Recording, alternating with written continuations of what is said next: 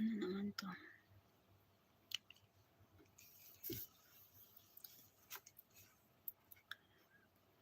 So, ayan. Paakyat mo sa taas, mag-lotion.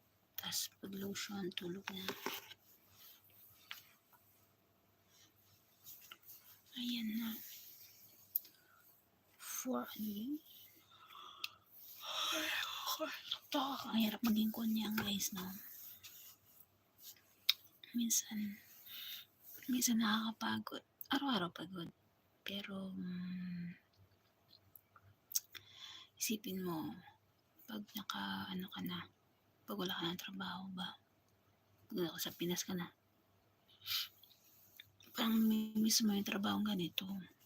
Kaya, may mga kaibigan ako. Ano yan? Your life, ano? Nakalagay dyan. Your life.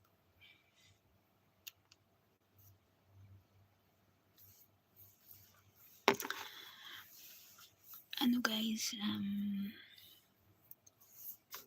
umuwi sila. Hindi sila pinalad. Hindi natapos yung kanilang kontrata. Umuwi, ganun.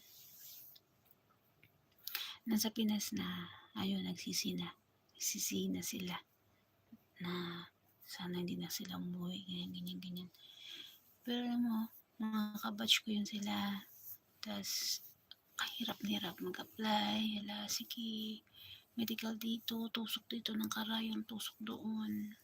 Tas, nung nandito na, hindi na nakayanan. Mga inabot lang ng mga 3 months yung iba, pa-uwi. Tas yung iba naman, 1 year, wala pa yung 1 year, uwi, ganyan. Iba 6 months lang, uwi, ganun. Ay nako, bakit? Alam mo naman na hindi biro ang trabaho, di ba? Hindi biro maging kunyang. So, bakit? Hindi mo nalang tiisin, di ba? Actually, dito sa akin, medyo 50-50 rin Pero, kaya pa.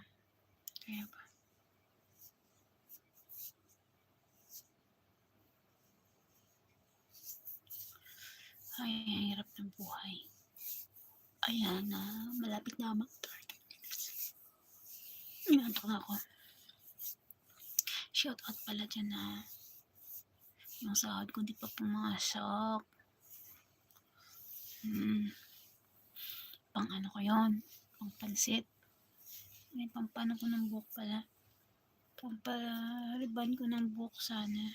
Di pa pumasok, shout out yan. Ay, YouTube ang aking sahod. Ibigay mo na. Ayan, shout out. Shout out sa mga nag-YouTube dyan guys. Ayan. Yung mata ko,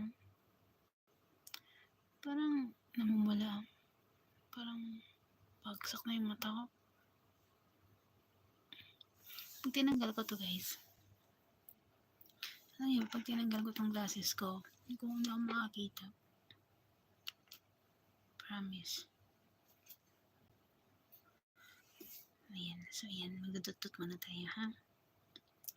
Sa mga dumaan lang pala diyan at manood, ayan, 13 minutes lang to guys.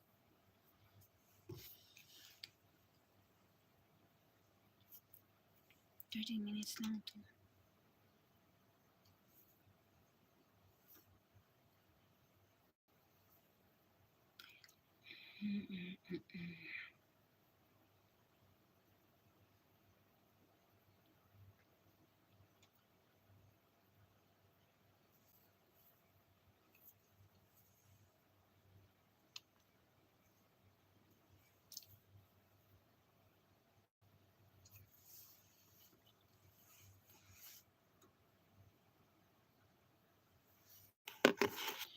Ayan, antok na talaga ako.